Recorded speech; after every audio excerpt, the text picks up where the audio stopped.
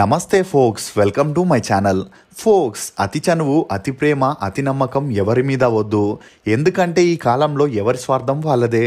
అసలు నేను ఈ మాట చెప్పడానికి గల కారణం రాజకీయ నేత జయలలిత గారు. తమిళ్లో జయలలిత గారు హీరోయిన్గా ఒక వెలుగుతున్న సమయంలోనే ఎన్టీఆర్తో కలిసి నటించే అవకాశం వచ్చింది. అలా ఈమె ఎన్టీఆర్తో కలిసి నటించిన తొలి సినిమా గోపాలుడు భూపాలుడు. ఆ సినిమా తర్వాత ఈ జంటకి మంచి పేరు వచ్చింది. ఇలా వీరిద్దరూ కలిసి 11 సినిమాలకు పైగా నటించారు. ఇక చాలా మందికి తెలియని విషయం ఏంటంటే ఎన్టీఆర్ జయలలిత తల్లైన సంధ్యతో కూడా కలిసి నటించారు. అలా ఆమెతో మాయాబజార్, తెనాలి రామకృష్ణ, నర్తనశాల వంటి పలు సినిమాల్లో కలిసి నటించడం విశేషం. ఇలా తల్లి కూతుర్లతో కలిసి నటించిన హీరోల్లో ఎంజీఆర్ తర్వాత ఎన్టీఆర్ అనే చెప్పొచ్చు. అసలు జయలలిత జైలుకు వెళ్ళడానికి గల కారణాలేంటి? జయలలితకు ఉన్న ఆరోగ్య సమస్యలేంటి? జయలలిత మరణం వెనుకున్న రహస్యం ఏంటి? శశికళ జయలలితని నిజంగానే మోసం చేసిందా అనే నమ్మలేని నిజాన్ని ఈ వీడియోలో చెప్పడానికి నేను ప్రయత్నిస్తాను. మీరు మాత్రం ఈ వీడియోని పూర్తిగా చూడండి. ఫోక్స్, తెలిసి కానీ తెలియక కానీ మనకి తగిలే ఏ దెబ్బకైనా మనమే మూల కారణం. అది సరిగ్గా అర్థమైతే మళ్ళీ దెబ్బ తగలకుండా చూసుకోవచ్చు.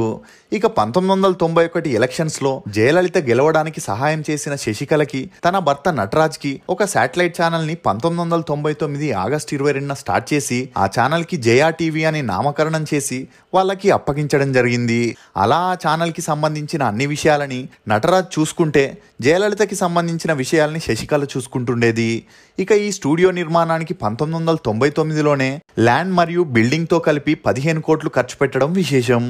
ఇక ఇదిలా ఉంటే 1991 నుండి 1996 వరకు జయలలిత సీఎంగా ఉండడంతో తనపై ఆరోపించిన కేసులని చెన్నై కోర్టులో ఈజీగా తప్పుదారి పట్టిస్తుందని అనుకొని జనతా పార్టీ అధ్యక్షుడైన సుబ్రహ్మణ్య స్వామి జయలలిత కేసులపై బెంగళూరు హైకోర్టులో పిటిషన్ వేయడం జరిగింది. ఇక జయలలిత గారు 1996లోనే అంటే తన 48వ ఏటకే డయాబెటీస్, హైపర్ థైరాయిడ్కి గురైంది. దీంతో పాటు ఒబేసిటీ రావడంతో ఈమె 1997 తర్వాత చాలా లావ్ అయి బీపీ కూడా యాడ్ అయింది. ఇక బెంగళూరులో 1996లో స్టార్ట్ అయిన కోర్టు కేసులు వాయిదాలు పడుతూ వచ్చాయి.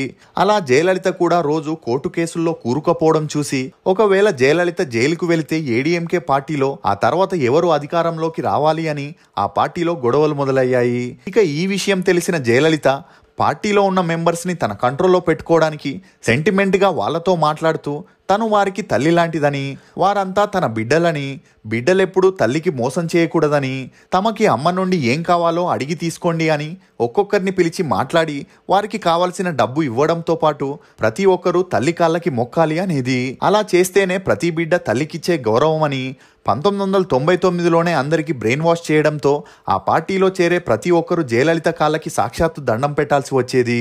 లేదంటే వారు అమ్మ ఆగ్రహానికి గురై వారి పొజిషన్ని గాని పొలిటికల్ కెరియర్ని గాని కోల్పోయే అవకాశం ఉండేది. ఇక రాజకీయ నేతలకి అమ్మైన జయలలిత 5 రూపాయల భోజన పథకాన్ని తీసుకొచ్చి ప్రజలకి అన్నం పెట్టడంతో ఈమె ప్రజల్లో కూడా అమ్మగా మారింది. అలా జయలలితగా ఉన్న ఈమె తమిళనాడుకి అమ్మగా మారిందనే చెప్పొచ్చు.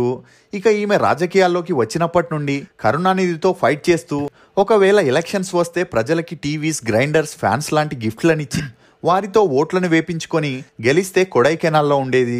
ఒకవేళ ఓడిపోతే ఊటీలోని టీ ఎస్టేట్లో ఉండేది. ఇక జయలలిత పార్టీలో చాలామంది సపోర్టర్స్ని మెయింటైన్ చేసేది. వీరి పనేంటంటే ఈమె తమిళనాడులో ఉన్నా లేకపోయినా ఎప్పుడు ఈమె గురించి పొగుడుతూ మాట్లాడుతూ ఈమె ఆఫీస్ దగ్గర, ఇంటి దగ్గర ఉండేవారు. అలా తమిళనాడులో మొత్తం 5 లక్షలకి పైన ఏడీఎంకే సపోర్టర్స్ని జయలలిత మెయింటైన్ చేసేది. వీరిలో కొందరికి మంత్లీ శాలరీస్ ఇస్తే కొంతమందికి డైలీ బేటాలు కూడా ఇచ్చేవాళ్ళు. అంతేకాకుండా వీరు రోజు జయా టీవీలో అపోజిషన్ అయిన డిఎంకే పార్టీ వాళ్ళని తిడుతూ ఏడీఎంకే పార్టీ వాళ్ళకి జేజేలు పలికేవారు. ఇక ఇదిలా ఉన్నప్పుడే 2001లో జయలలితకి హార్ట్ ప్రాబ్లం రావడంతో హాస్పిటల్లో జాయిన్ అయింది.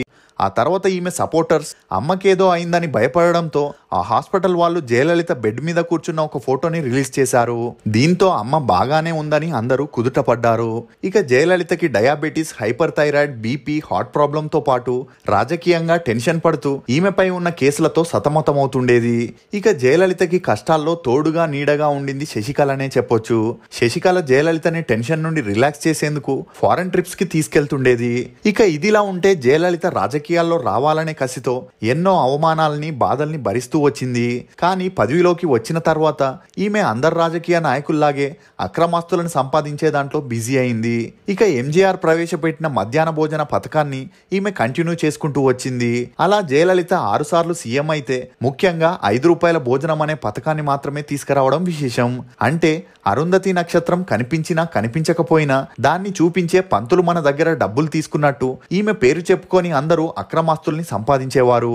ఇక అమ్మ అనే పబ్లిసిటీతో ఎక్కడ చూసినా ఈమె పోస్టర్స్ ని హోర్డింగ్స్ ని పెట్టేవారు. అలా తమిళనాడులో ఎన్ని రాజకీయ పార్టీలున్నా ప్రజలకి మాత్రం 2 పార్టీలే గుర్తుండేది.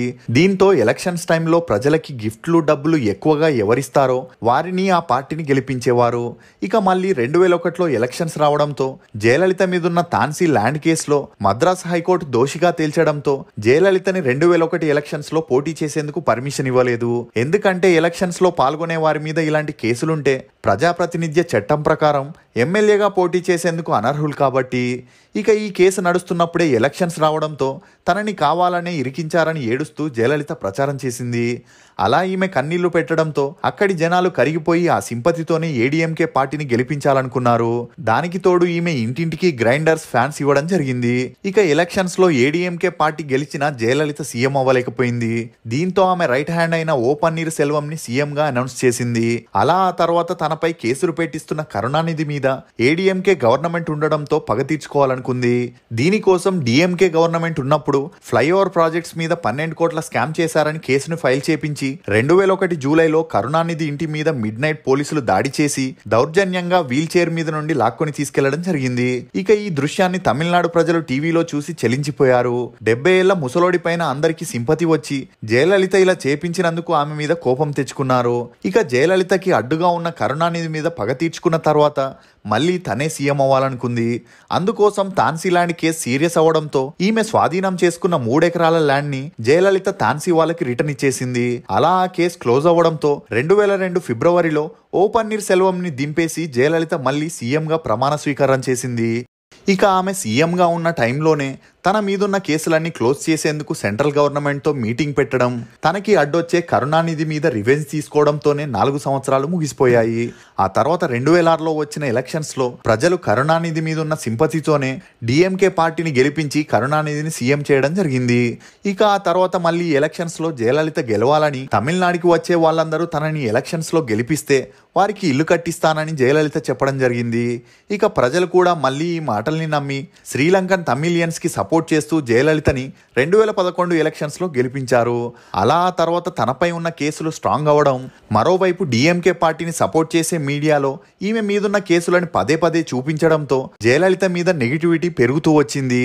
దీంతో జయలలిత తన తప్పేమీ లేదని ప్రూవ్ చేసుకోవడానికి ఇదంతా తను చేయలేదని, శశికళ మరియు 13 మంది ఏడీఎంకే పార్టీ వాళ్ళు చేశారని, తనకి ఎలాంటి సంబంధం లేదని 2011లో శశికళతో కలిపి ఆ 13 మందిని ఏడీఎంకే పార్టీ నుండి బయటకు పంపిస్తున్నట్టు అనౌన్స్ చేసింది. ఇక ఎప్పుడైతే ప్రజలు ఈ విషయాన్ని మర్చిపోయారో శశికళని మరియు తన గ్యాంగ్ ని జయలలిత పక్కన చేర్చుకుంది.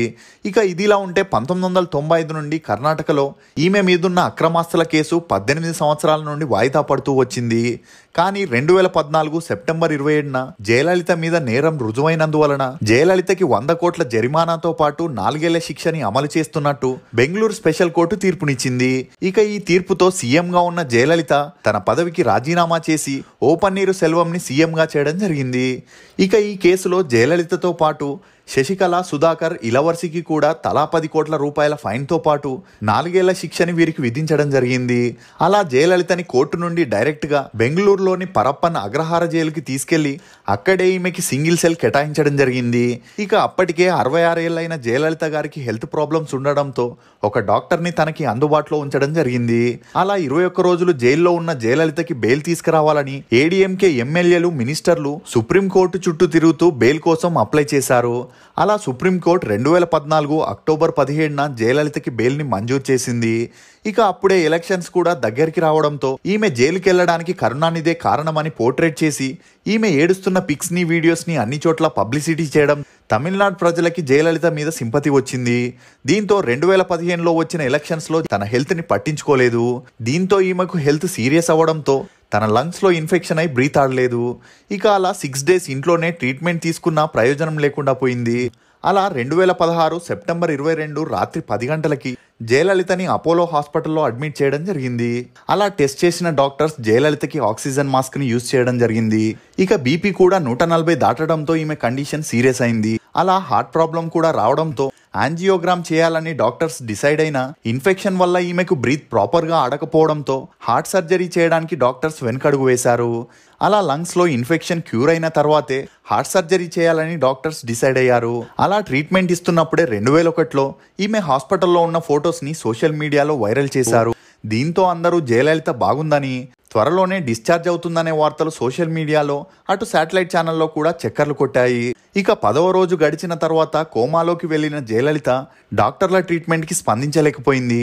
అయినప్పటికీ ఆర్టిఫిషియల్ ఆక్సిజన్ తో ఈమెను నార్మల్ చేయాలని ఫారెన్ నుండి డాక్టర్స్ ని రప్పించి ట్రీట్మెంట్ ఇవ్వడం జరిగింది. అలా 75 రోజులు ఈమె కోమాలోనే ఉండి ఇన్ఫెక్షన్ ఎక్కువ అవడంతో హార్ట్ అటాక్ వచ్చి 2016 డిసెంబర్ 5న తన 68వ ఏటకి జయలలిత గారు మరణించడం జరిగింది. ఇక ఈమె మరణం తర్వాత ఏడీఎంకే పార్టీ పవర్ అంతా శశికళ తన భర్త నటరాజ్ చేతిలోకి వచ్చింది. ఇక ఇదిలా ఉంటే ఆ పార్టీలో ఉండే కొంతమంది సీనియర్స్ శశికళని నటరాజ్ని పార్టీ నుండి గెంటేస్తే పూర్తి పగ్గాలు తమ చేతికి వస్తాయని ఆలోచించి జయలలితని శశికళ గ్యాంగే చంపిందనే వార్తలను స్ప్రెడ్ చేయడం మొదలెట్టారు. మొదట్లో ఈ వార్తల్ని ఎవరూ పట్టించుకోలేదు. ఇక ఏడీఎంకేలో కొంతమంది డిఎంకేతో కుమ్మక్కై ఇదే విషయాన్ని కరుణానిధి ఛానల్స్లో టెలికాస్ట్ చేయడంతో ప్రజల్లో కూడా ఒక డౌట్ వచ్చింది. అంటే జయలలితది సాధారణ మరణం కాదని, దాని వెనుక శశికళ హస్తం ఉందనే వార్తలు అటు శాటిలైట్ ఛానల్లోనూ ఇటు సోషల్ మీడియాలోనూ వైరల్ అవుతూ వచ్చాయి. కానీ శశికళ ఈ మాటల్ని పట్టించుకోలేదు. ఏడీఎంకే యాక్టింగ్ జనరల్ సెక్రటరీగా బాధ్యతలను తీసుకొని ఓ పన్నీర్ సెల్వాన్ని సీఎంగా సెలెక్ట్ చేయడం జరిగింది. ఇక జయలలిత లేకపోయినా ఏడీఎంకే పనులు యథావిధిగా జరగడంతో ఏడీఎంకేలో ఉండే కొంతమంది సీనియర్స్ ఇలా వదిలేస్తే మళ్ళీ మనం శశికళ కింద పనిచేయాల్సి వస్తుందని శశికళే చంపిందనే కథనాలను ప్రచారం చేశారు. కానీ ఈ వార్తలు మాత్రం సోషల్ మీడియాకే పరిమితమయ్యాయి. ఇక జయలలితకి ట్రీట్మెంట్ ఇచ్చిన ఫారెన్ డాక్టర్స్ కూడా ఈమెకు హెల్త్లో చాలా సమస్యలు ఉండడం వల్లే మరణించిందని చెప్పిన టీఆర్పీ కోసం కొన్ని శాటిలైట్ ఛానల్స్ బేస్లెస్ న్యూస్ ని స్ప్రెడ్ చేస్తూ వచ్చారు. ఇప్పటికీ కొంతమంది జయలలితని శశికళనే చంపిందని నమ్ముతున్నారంటే మీడియా ప్రజల్ని ఎంతవరకు ఇన్ఫ్లుయెన్స్ చేసిందనేది మనం అర్థం చేసుకోవచ్చు. జయలలిత గారి పూర్ లైఫ్ స్టైల్ వల్లే ఆరోగ్యాన్ని కోల్పోయి మరణించారే తప్ప ఈమెను ఎవరూ హత్య చేయలేదనే చెప్పొచ్చు. ఇక జయలలిత రాజకీయాల్లోకి వచ్చిన తర్వాత అలంకరణ ఏమీ చేసుకోకుండా పార్టీకి సంబంధించిన తెల్ల శారీని కట్టుకుంటుండేది. కానీ ఎంజీఆర్ ఎప్పుడైతే మరణించారో అప్పటి నుండి ఈమె జ్యువెలరీకి మ్యాచింగ్ పట్టు శారీస్ ని కట్టుకుంటుండేది. ఇక ఎప్పుడైతే శోభన్ బాబు మరణించాడో అప్పటి నుండి జయలలిత చాలా సింపుల్ గా ఒక విధవగా ఉంటూ వచ్చింది. దీంతో చాలా మందికి జయలలిత మీద అనుమానం రావడంతో అందుకు ఈమె ఒక ఇంటర్వ్యూలో చెబుతూ ఐటీ రైట్స్ జరిగిన తర్వాత తనకి అలంకరణ మీద ఇంట్రెస్ట్ పోయిందని, ఇప్పుడు జనాల సేవే ముఖ్యమని చెప్పడం జరిగింది. ఇదిలా ఉంటే జయలలిత వారసుల మేమే అని చాలా మంది ముందుకు వస్తున్నా ఈమె అసలైన వారసురాలు మాత్రం బయటికి రావట్లేదు. ఆమె గురించి తెలిసిన ఏకైక మనిషి శశికళ మాత్రమే. ఇక ఫ్యూచర్లో శశికళ జయలలిత కూతుర్ని తీసుకొచ్చి జనాల్లో జయలలిత పరువుని చెడగొట్టే ఉద్దేశం లేదు కాబట్టి ఎప్పటికీ జయలలిత కూతురు ఆకు వెనుక కాయలాగా ఉండే పరిస్థితి అనే చెప్పొచ్చు. ఇక జయలలిత గారు ఇప్పటి వరకు కన్నడ, తెలుగు, తమిళ్, మలయాళం, హిందీ భాషల్లో కలిపి 125 సినిమాల్లో నటించారు. ఈమె నటనకు గాను 2 ఫిలింఫేర్ అవార్డ్స్తో పాటు ఒక తమిళనాడు స్టేట్ అవార్డుని కూడా అందుకుంది. ఫోక్స్, ప్రతి శ్వాస వెనకాల ఆశ ఉంటుంది. ఆ ఆశ వెనకాల ఏదో ఒక ఆలోచన ఉంటుంది. ఆ ఆలోచనలో ఏదో సాధించాలనే ఆశయం ఉంటుంది. ఆ ఆశ వెనకాల ఒక ఆచరణ ఉంటుంది. ఆ ఆచరణ వెనకాల అలుపెరగని శ్రమ దాగి ఉంటుంది. ఇది ఫోక్స్ జయలలిత గారి గురించి కొన్ని నమ్మలేని నిజాలు. ఈ వీడియో మీద మీ అభిప్రాయాన్ని కమెంట్ సెక్షన్లో తప్పకుండా తెలియజేయండి. For more interesting videos please subscribe to CR voice. Thank you.